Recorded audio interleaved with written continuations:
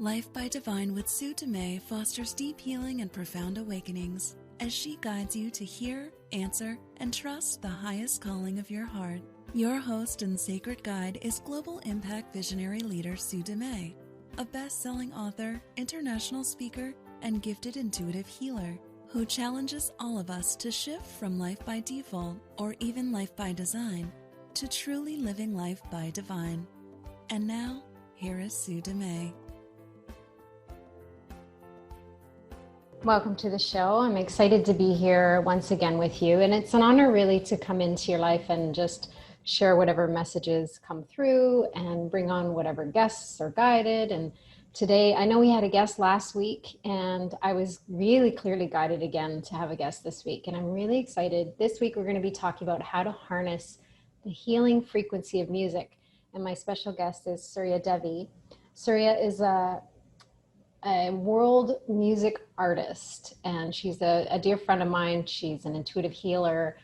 She combines sound frequencies, healing energy, and music to create profound shifts within your body, mind, and spirit. It's like really about shifting consciousness, and you'll have this transformational experience when you listen to her music. And for years, I've been supporting her and encouraging her along the way. She's had a music career for, I don't even know how long. She can talk about that. She's been probably born with some kind of musical instrument in her hand. But I want to share today her message and her methods and the way she harnesses the frequency of music to actually deepen the experience and provide a healing while listening. So welcome to the show. I'm so excited to have you here. It's so good. Oh, thank you so much for having me. I'm so grateful to be here and so excited to talk about this. Yeah, so let's go back to kind of the inception of your musical gift. I know you were kind of born with an intuitive gift or healing gift, but I know the music and healing for me kind of go blended when I talk about you. But share a little bit about your story, how the music kind of came through you and where you began with that.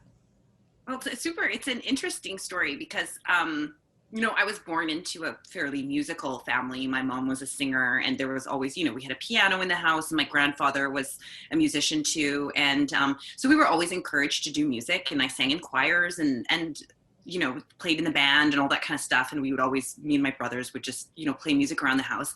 And so music was a big part of my life until I was about, I don't know, maybe 16 or 17. And I really don't know what happened, but after I finished doing a musical in high school, and it's kind of ironic because I wanted to go to theater school in Montreal and I got accepted to go there. But then I took this vow and I decided that I was never going to be a musical person or a creative person again, because I made this association between singing and ego. And I was like, no, it's a really egotistical pursuit to be a singer, and I'm going to be a healer instead. And then this was right when I met some of my first mentors and teachers, and I had sort of a big spiritual awakening. We're fast forwarding to about maybe like 18, 19 here. And at this point, I think I then went on to basically never sing another note for about 6 or 7 years or something like that, maybe 8. And I was just totally sworn off it. I was like, I'm not going to do music. I'm just going to be a healer, And the two were very sort of separated in my mind. And then something happened where all of a sudden I just got this longing and this feeling like I need to sing, and I'm a singer. And it was really intense. It was like, I'm going to die if I don't sing. And it was also combined with this really profound fear around anything to do with singing, opening my mouth to sing, telling people I was a singer, all of this. And then I met my teacher, Sheena, and she's both a healer and a singer. She'd actually just come off of a tour with the Cirque du Soleil, singing in Japan every day for like 20,000 people.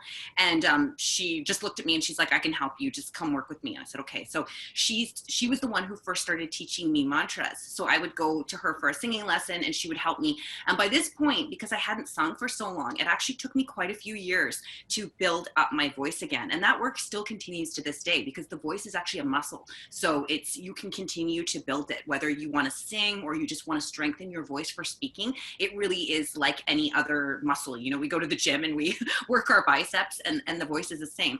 And then from there, I just started making music again. And because I wanted to mix mantras, because I really like urban music and hip hop, and I wanted to mix these two things, but because I couldn't find anyone who wanted to know, who could help, like understood what I was trying to do, I was very discouraged by this in the beginning. But then it was actually ended up being a blessing, because I ended up learning how to produce music. So then I could produce my own music. So now I've released 3 completely self-produced albums, and then this 4th one that I've just put out is it's co-produced by my dear friend who goes by the name One Mind Universe, and he's amazing. So yeah, that's a little snippet of it, but it's a very interesting journey. And very much there's a big healing that was in there too, around this idea of like discarding the voice and then having to find it again. Mm-hmm. And I love the awareness that you had, is like how the ego was connected with music, and then you kind of like push that aside to embrace your spirituality. But it's like, yeah, but even us pushing the ego period aside is ego. We don't realize it. So I love how you kind of came full circle and brought it back in, and then found kind of more of your authentic voice. Can you talk a little bit about authentic voice versus ego voice? I'm laughing because actually my next thing that I'm putting out is a course called A Voice for Love, and it's a digital course, and it's all about how to expand the voice, and whether you want to sing or speak for a cause. But there's a whole module called the authentic voice, because that's what really we're trying to get to, is the authentic voice. And I sort of break down all these different things, is that many of us will actually shift our voice, and women do this a lot. There's something we do, it's called like up talking, and we do it subconsciously to make ourselves maybe a little bit more submissive sounding, or if we want to get something, it can be a manipulative thing, or a trying to get something, or put ourselves lower than somebody. So there's all these interesting things we do, but the authentic voice is really like when we're connected. We're connected, we're grounded, we're rooted, and then we're also heart-centered, and then the voice comes out of there. And I had all of these aha moments putting together this course, because I realized like the voice work is really next level for humanity, because so much of your work is about the heart, and heart-led living, and so many of us are trying to get into the heart, but the voice actually sits above the heart, right? Like in the chakra system, the 5th chakra is here above the heart. So really, to get into the authentic voice, we have to come from the heart, and we have to sort of be embodied first. We have to like come into the body, and because so many of us, for so many different reasons, aren't always in the body, then the voice can reflect that. So I can actually hear, like, everyone has different kinds of intuitive gifts. I can hear a lot in people's voices because I'm an audio person, right? So when I hear somebody's voice, I can tell, quite a lot about them. And we all can, actually, even subconsciously, which is very interesting. So, this work is kind of about making it conscious, because subconsciously, actually, we know right away when we're having a conversation with people, like, are they insecure? Are they grounded? Are they embodied or not? So yeah, finding the authentic voice is huge. And I think it's something that's really necessary right now, because, there's so much happening in the world. And I hear people all the time tell me this. They either want to sing or they want to speak about something, and they have a lot of blocks around it. So for a lot of different reasons, many of us have been shut down in our life by circumstances, could be family, could be just the system, and so I really feel like reclaiming our right to speak is very important right now. Mm-hmm, absolutely. I totally agree. And as you're talking, I'm just reminded of how, when I worked with a voice coach, she was talking about how our voice can come just from the throat, and we're talking from here, or we can actually talk from the heart space and bring the music or bring the sound from that space.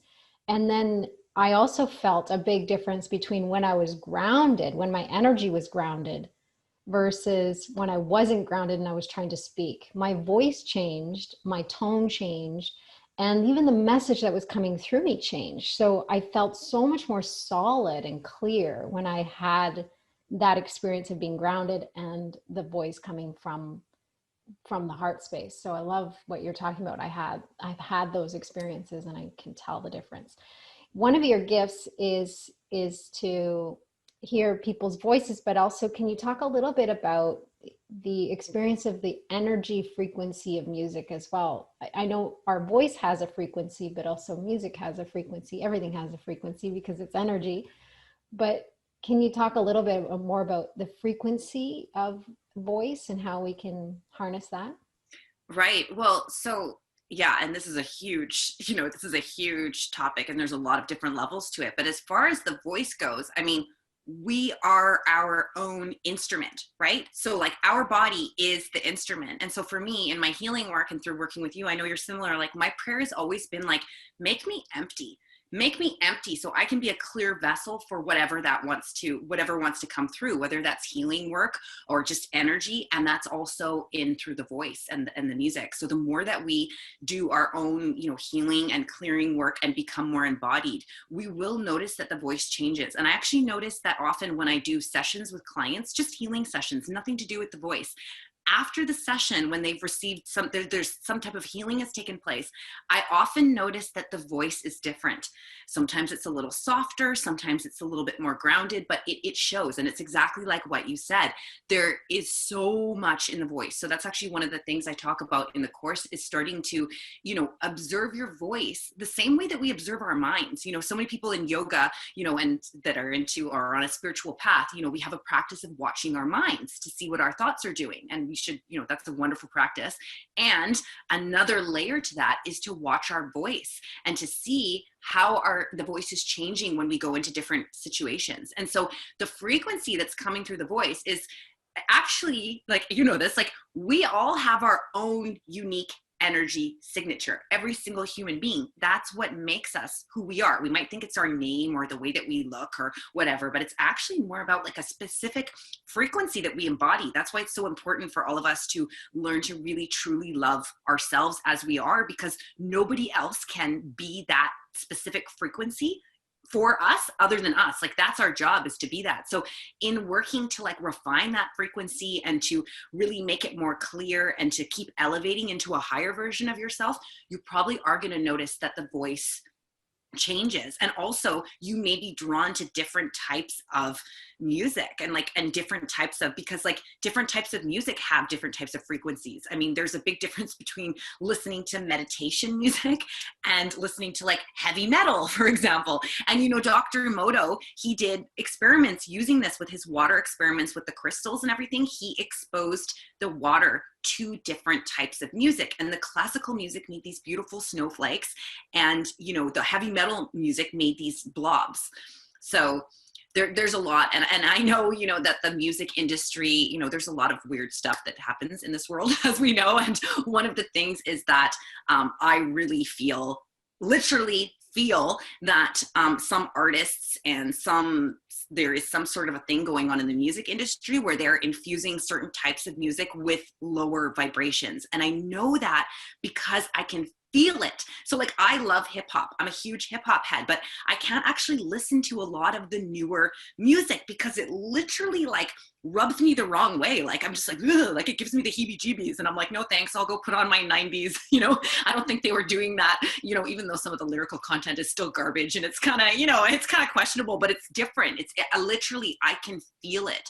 So, part of the whole thing with this album that I just put out, which is it's literally infused with like uplifting healing frequencies, positive healing frequencies, blessings from healers, prayers, all of this. Because I'm like, let's flip this. And let's, if they're doing this and if they're using frequencies in a certain way to try to control people or to lower people's vibrations, let's do the opposite. And that ties into 432 Hertz, and which is a whole other, basically, long story short of that is, after the Second World War, there was a movement to change the universal tuning of music from 432 Hertz, which vibrates in vibration with nature, to 440 Hertz, which is just a slight change. Like, it's not very audible as far as the sound quality goes, but it is enough of a vibrational difference to sort of jar people a little bit. It's not as soothing to the being. So this is a whole sort of, there's a lot of people talking about this, and there's different frequencies too. Some people talk about 528 Hertz. They prefer that one, but basically they're all sort of the same. And it's this movement of trying to literally tune music back to a vibration that's in harmony with the earth and with life and with the heart.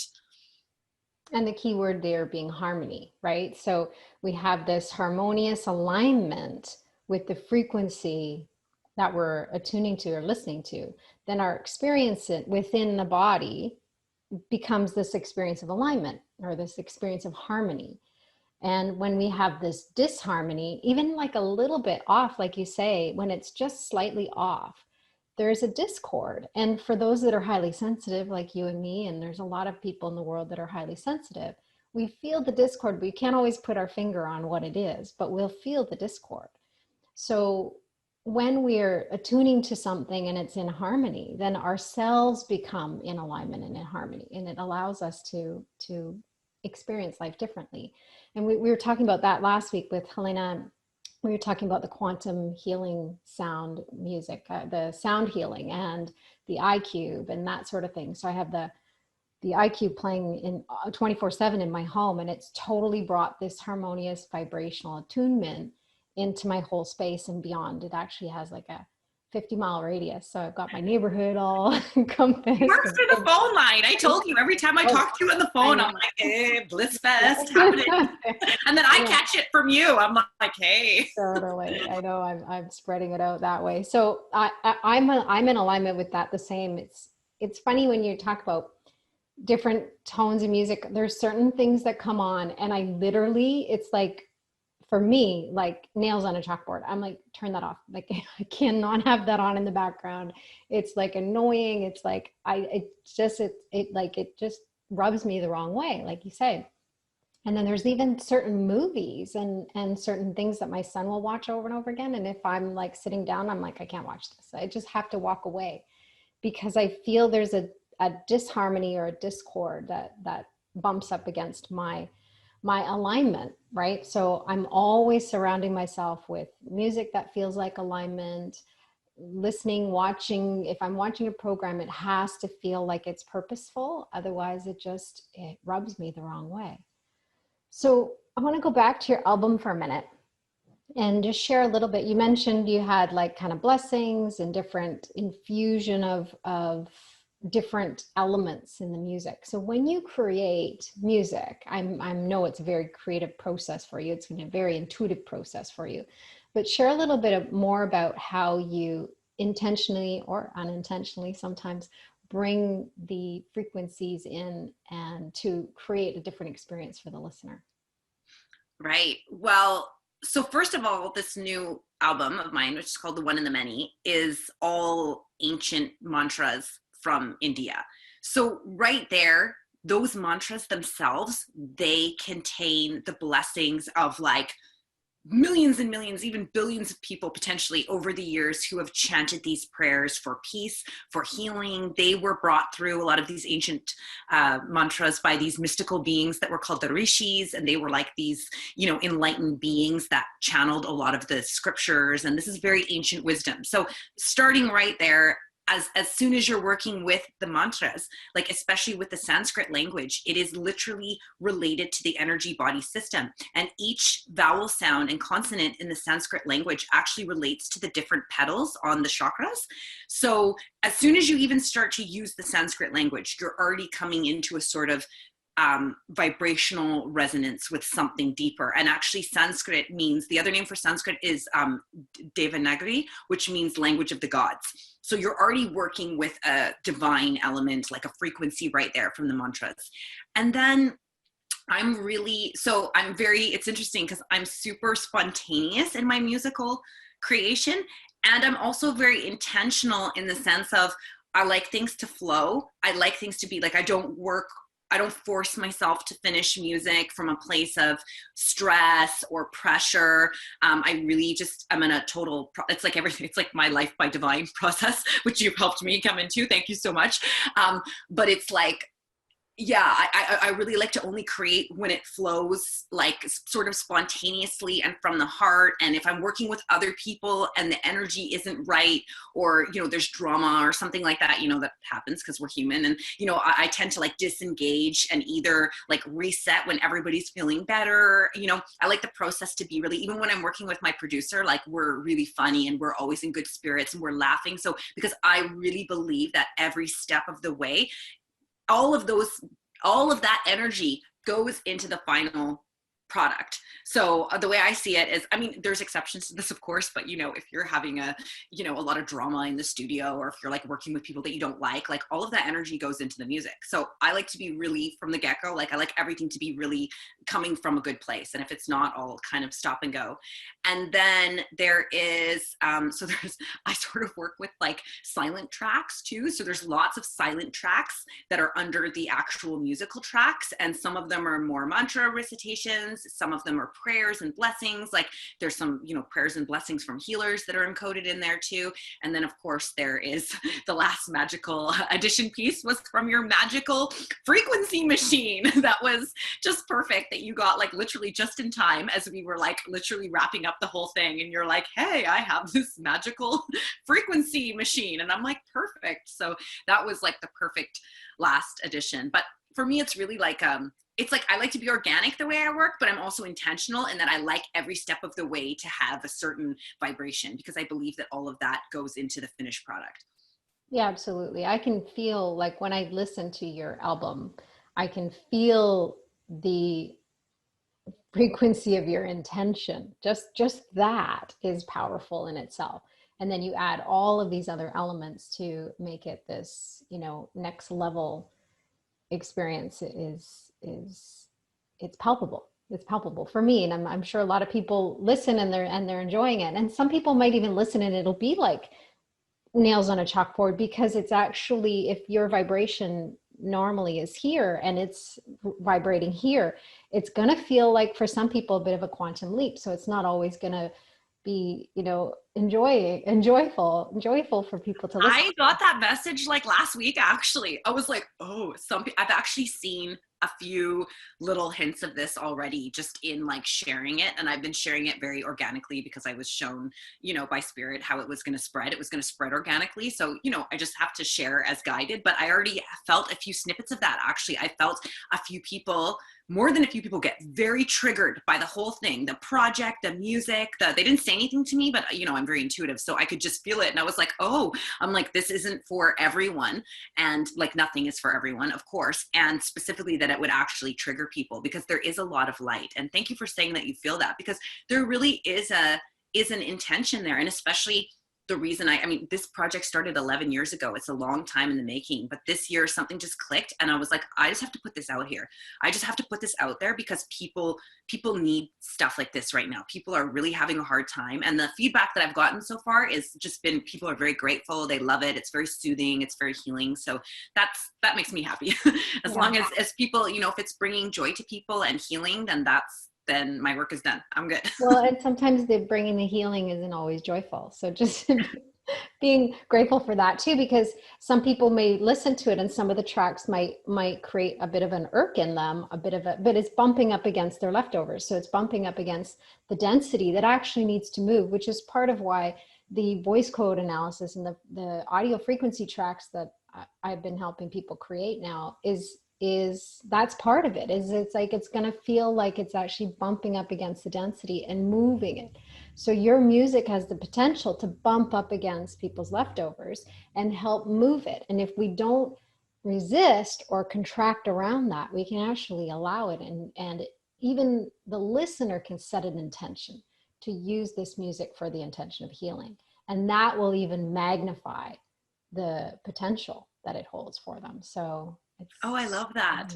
I love that. Thank you for that. I'll definitely And you might even want to put a disclaimer on. So like some of these tracks might actually trigger you or create kind of a discomfort. Just breathe through it and move through it and just allow the energy, or notice where it is. Like, give some people some guidance around that, so that they don't just go, oh, I don't like that song, and turn it off. I'm like, you may not like that song because of what it's bringing up, but it may be exactly what you need. Well, yeah, and actually this is what's coming into my mind right now is I remember the first time that I tried to read The Power of Now by Eckhart Tolle. I couldn't even read it. I like opened it and I was like, what is this? It was like I couldn't even like retain it, like nothing, put it away. And then a year later I was in India and I picked it up, and that was the perfect time for me to take in that book. And I just completely took in the whole thing, and it was very profound and life-changing. So it wasn't time. And I've also had that sense too, a lot of things that I do are kind of, it's funny, in the birthday book, there's that book and it breaks down every day. It says that my day is the day of, I think it's called current taste, but basically it's like people that are ahead of the people that are always doing things first. So a lot of things that I've done, I did things before anyone. Like I was into like yoga and mantras, like over a decade or 15 years before so many people were. And like, I feel like this project is a little bit sort of like, not everybody's ready for it yet. And that's okay. Like, and it's also contains that, I mean, it was 11 years ago that we started this project. That's a long time. And then since I started it to now, so much happened in my own personal life, so much healing. And I feel like my own healing is kind of contained within that project. And then even just to get to that place where I'm at now, where I could just literally let it go into the world. Like I've never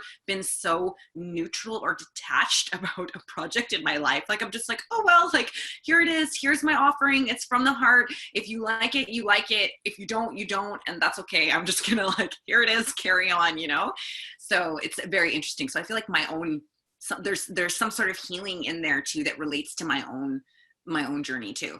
Yeah, so definitely. There's a lot. Yeah, there's a lot contained into this album. There's a lot contained in everything we're doing. So I want to take a little moment to just share one of the songs. This song is called Amma. Mm-hmm. And the reason I picked this song is it starts with a heartbeat. And the moment I heard the first beat, I was like, I just landed, and I was like, right there, the whole song. And that heartbeat was the thing that just really kind of kept me attuned to it. And I didn't even realize that until I actually mentioned it to you. I'm like, I really like this song. This song really stands out for me. And you said, oh, there's a heartbeat that runs right through it. And I was like, oh, that's what I was feeling. And that's what I was tuning to. So can you talk a little bit about the song, and then we'll play it. That's a beautiful song. It's probably one of my favorites. And I know a lot of other people have really expressed that they love it as well. And that song is about Amma, who is one of my amazing spiritual teachers. And I really feel like she was the guide. I met her, I think about 12 years ago now. So I met her, and then all of these wild things happened in my life. But I was also shown that, so Amma is what's called a Mahatma, like a great soul, or like a Satguru. So like a Satguru is like the highest level of guru that there is. And it's, anyone who's around her will tell you that she's constantly doing things that defy any sort of logical anything. She's somehow able to bring peace and healing and all of these miracles to people all over the world simultaneously. She has I don't even know, millions even of devotees around the world. And she's just been a really special person in my life. She always brings healing. And so this song is a song for her, to her, and she is a living incarnation of the Divine Mother.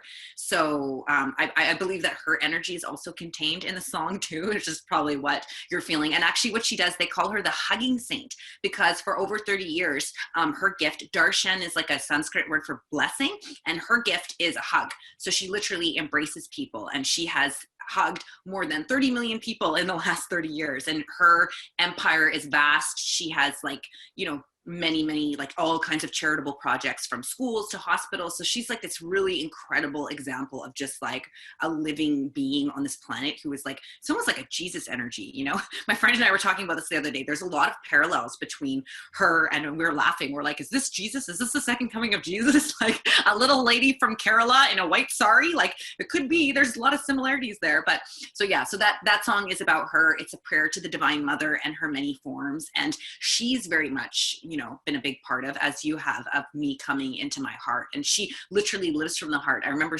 reading a book from this healer who went to go see Amma, and she talked about, she was a clairvoyant healer, and she said Amma's heart chakra is like massive. Like, I mean, it would have to be. All she does is serve. I mean, she barely even eats or sleeps. It's just, she's phenomenal. So this song, the Amma song, is about her, and it's a prayer to the Divine Mother. And that Divine Mother right now, that energy is so needed on the planet, because we live on a, where we live is the realm of the Divine Mother, because Mother Earth is a living being, and she is a mother, and she is needing our she's very gracious with us here, I think, considering all that humans do to her. And it's really time for us all to come together and even fight for her if necessary, because there are many people that abuse her as a mother, and that mother figure role, even in society, is very much a role that needs to be healed. Yeah, beautiful. I agree. Well, let's listen to the song and everybody can feel it for themselves.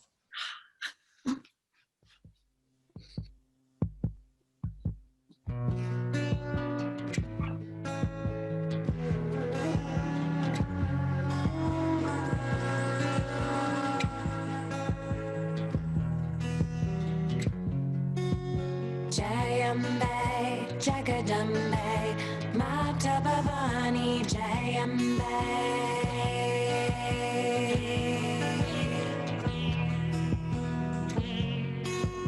Jayambe, Jagadambe, Mata Bhavani, Jayambe.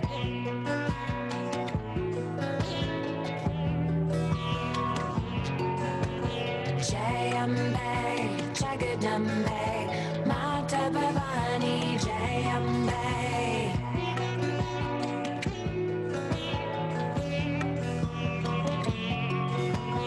Om Amrita Shraye Namaha. Om Amrita Shraye Namaha. Jayambe, Jagadambe, Mata Bhavani, Jayambe.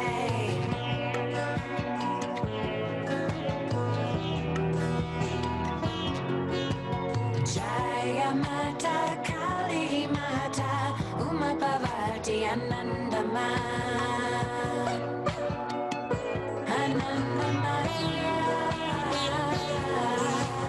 Jayambe, Jagadambe, Mata Bhavani, Jayambe.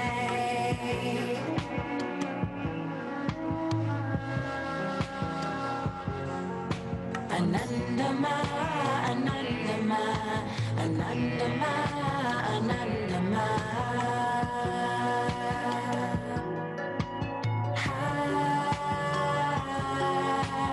Durga Vinashini, Durga Jaya Jaya, Kala Vinashini, Kali Jaya Jaya, Rama Brahmani Jaya Jaya, Radha Kamini Sita Jaya Jaya, Amrita Shwaye Namaha. Om Amrita Shwaye Namaha. Om Amrita Shwaye Namaha.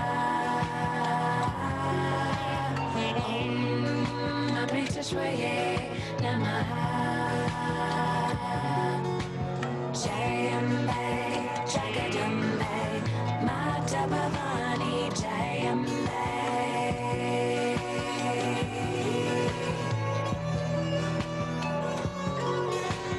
Jayambe, Jagadambe, Mata Bhavani, Jayambe.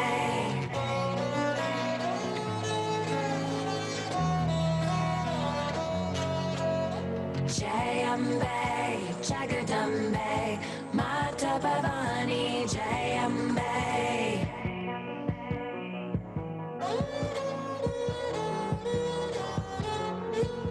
Om Amrita Shwaye Namaha.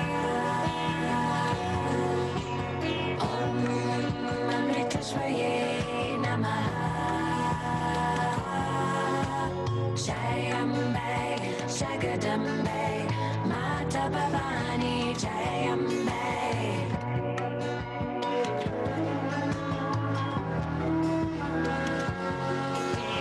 Jaya Mata, Kali Mata, Uma Bhavati, Anandama.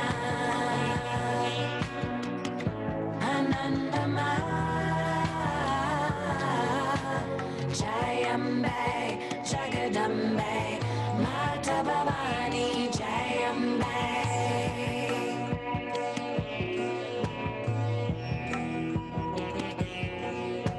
Anandama, Anandama, Anandama, Anandama.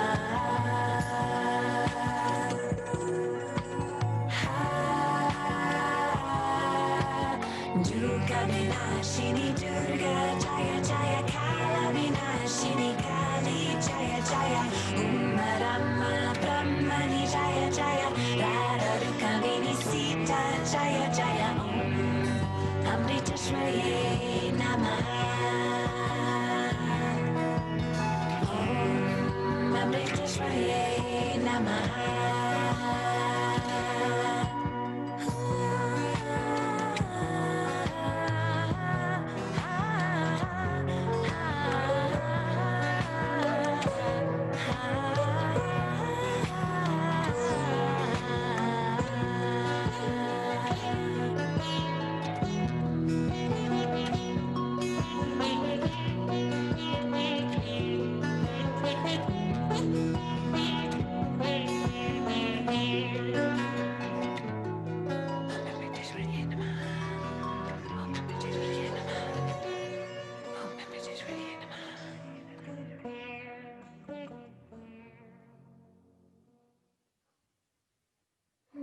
Beautiful. That was like a beautiful heart scrub. Yeah. Yeah. Love it. Yeah, it's really a heart. That song's beautiful, actually. It flows. It's funny, since I've put out the album, I get these little waves of like, I can feel people like listening to certain songs and having an experience. It's really interesting, and I felt that song a lot. Mm-hmm. People having some sort of a healing, and that's really my intention. I mean, like my I guess my sort of second album, or maybe it was my like first like real full-length album, my Songs of the Buddha album, like I really intended that was like a teaching. And so it went through all of these different like Tibetan Buddhist mantras, and it was sort of like a practice in and of itself, if you want to break that down. Like, not everybody knows that, but I feel like this album is more like a healing album. Like, it's meant to bring healing to people, to whoever, you know, needs to receive it. And as you said, maybe some people won't want to receive it, and that's okay too. Yeah, it's very much a felt experience of the song for me. And even that one, when you're saying, oh, it's for healing, it's like I could feel like the heartbeat. I was like feeling my heart chakra was like expanding with each beat. So I was really focusing in on that. And then toward the end, I'm just like, I lifted my head, and all of a sudden it was like, whew, and all the energy went up, and I'm like, oh, that feels nice. So I'm like, I don't even know what happened there, but I don't need to know. I felt a shift. So it was quite beautiful. So. Well, Amma's kind of notoriously blissful. Like, being around her is like, I always say it's like being at a rave, but nobody's on drugs and people are singing like bhajans, like spiritual songs, and not rave music. But it's really like, she has a lot of divine bliss energy, and it can be felt when you're near her. And because of, you know, the situation with COVID, she's in India at the ashram, but she's doing these weekly lives every week. And even being with her on like through the internet, it's just like bliss. Like, it's been this amazing thing. I've had actually more sort of contact with her in the last 6 months than I have usually. I only see her like maybe a few times a year, but it's pretty amazing. So I believe that it's her blessing, especially in that song that you feel too. Yeah, absolutely. I love that. So how do people get in touch with you, and how can they get a hold of the album if they want to download and have the experience for themselves? Oh, okay. Well, my website is suryadeviworld.com, and there's a link there. The music page goes straight to this album. So there's different options to listen there. It's on all the major streaming platforms. So the only two links I have up there are Spotify and Apple Music, because I think those are the most common ones, and people can find it on all the other ones. And then it's available on Bandcamp as well, which if you want to purchase it, you can do so there. And yeah, there's lots of options to listen. And the name of the album again is? It's The One and the Many. The One and the Many. So yeah, so that was a divinely guided. It was going to be called Rise at one point, like, and Surya means sun, right? So Surya, it was Rise for a long time, but then I was like, I don't know if that's it. And one day I literally prayed. I said, tell me what the name of the album is. And I heard Spirit say The One and the Many. And that, I mean, this is a whole other story, but a big part of this whole crazy journey that I was on the past decade.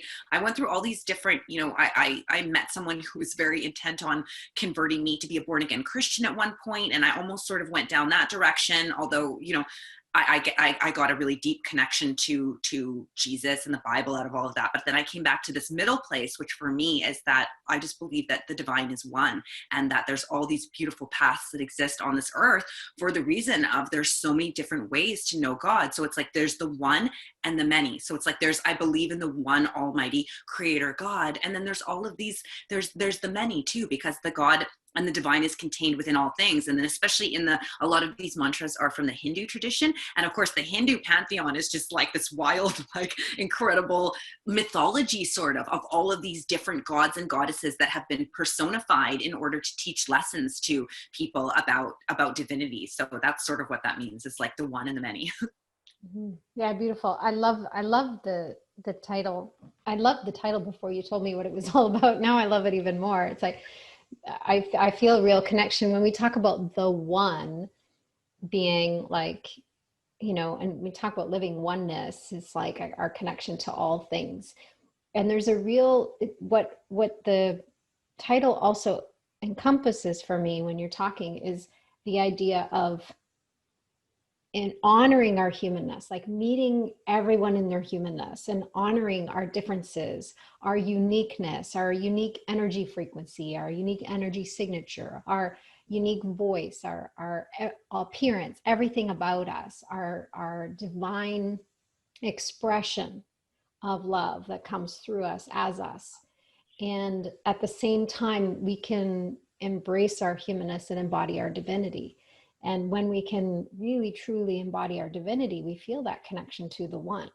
And the one is everything and nothing and all at the same time. So it's such a beautiful title to kind of capture what I feel we're all moving toward, but also to capture the intention of experiencing that oneness within yourself, and then that oneness with all things and everyone, everywhere, all together, all at once.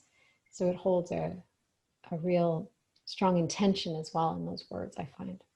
Well, I actually didn't realize this because I heard it from Spirit, but I Googled it at one point, and I think it's a thing in Theosophy, actually. And like, there's books that have been written. I think there's even a book called The One and the Many, written by some doctor of Theosophy. And it's a whole thing. Am I saying that right? Theosophical, like I forget what it's called, but it's a thing, and that's what it is. It's this idea of like the one and then the many. And then I just think right now, especially with everything that's going on in the world, like especially in the last 6 months, I've seen people polarize like never before. People are just like taking one side or the other. It's like this or that. And I feel like what we really need to do as humans, and what the next level and where we actually have to go if we want to survive as a species, we have to accept that we're not all going to agree. We're meant to have different beliefs about things. We're meant to see things differently.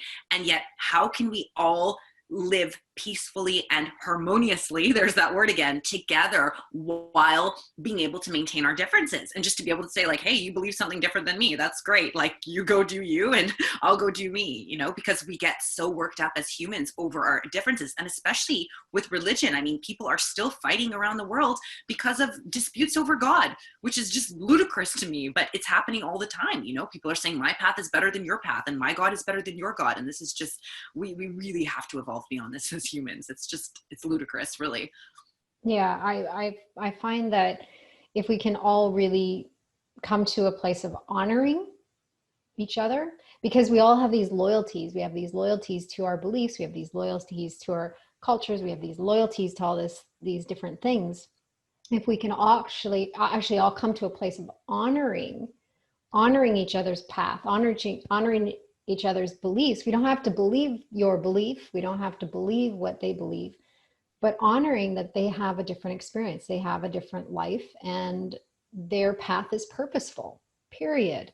Whatever it looks like. And if it's different than ours, we don't need to judge it. We can just honor that, okay, my path is my path and your path is your path. And both are purposeful.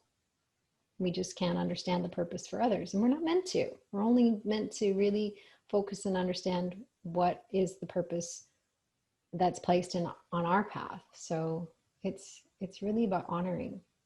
It feels really good. Honoring and then harmony. Let's bring those two together. Let's hold that intention. Yeah, well, and I mean, we have to. It's literally like it would be arguing with reality to do anything other.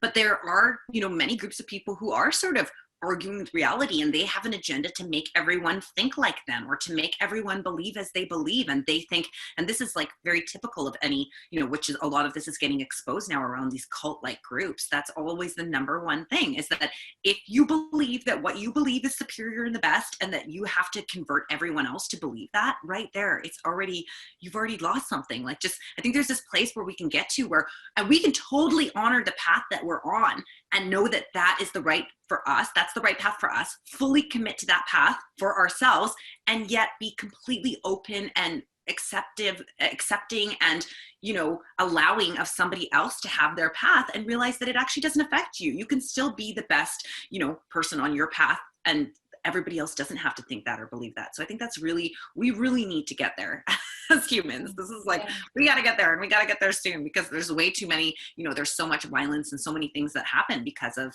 just people not being able to accept one another's differences. Absolutely. Yeah. We're moving in that direction. Hopefully we keep moving in that direction. It just looks messy in the meantime, right? So it's okay. You got it. It's like anything. When you clean out a closet, what do? You pull everything out, and then you have to sort through everything before the closet can get cleaned. And then some things get thrown out, some things get recycled, some things get to stay, and then you have a clean closet, but it's always a mess while you're in the process of doing it. So that's what we're in right now. We're just in a big mess. Yeah. Bless the mess. We can bless the mess for now, and then see where we end up. Well, I want to thank you for joining me today and sharing your music and sharing your heart, sharing your gift with the world. It's definitely something that we could all use right now, is just some good heart scrubbing, vibrational, attuned with love, good intention music. So it's really a gift. So those of you that are listening, if you felt resonant to some of what we were saying, if you're curious about the album, go check it out.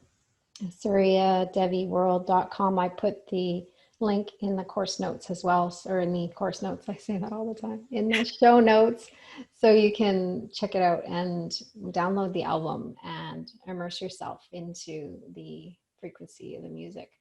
And Surya and I have been talking. We have a little project that's brewing, so I'm really excited about coming together and doing some collaborative, co-creative, with the divine and the two of us together. So you can stay tuned for that as well.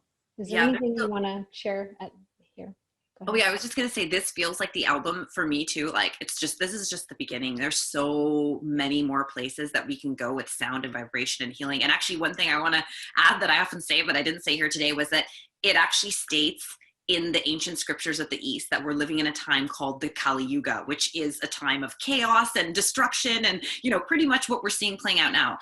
But what it also says is that the fastest way to God realization during this time is to sing and chant the names of the divine. So that's also what this, what the project is too, is like, it gives you something. And there's many other people who are, and you can sing or chant any names of the divine from whatever tradition that you want. But there really is, an amazing power in just the power of singing and vibration, and even using our own voices to clear and bless. And there's just, this is only the beginning. There's so much further we can go with this, which is what you and I are going to be doing. And I'm so excited. So thank you so much for having me. I really appreciate it. Yeah, no worries. Thank you. And thank you everybody for tuning in. And just know that this too shall pass, although we do need to walk through it. We need to move through it, but we can move through it with as much grace and as much love and as much compassion and understanding as we possibly can. I love you. I appreciate you. I honor you. I see you. And until next week, love and blessings.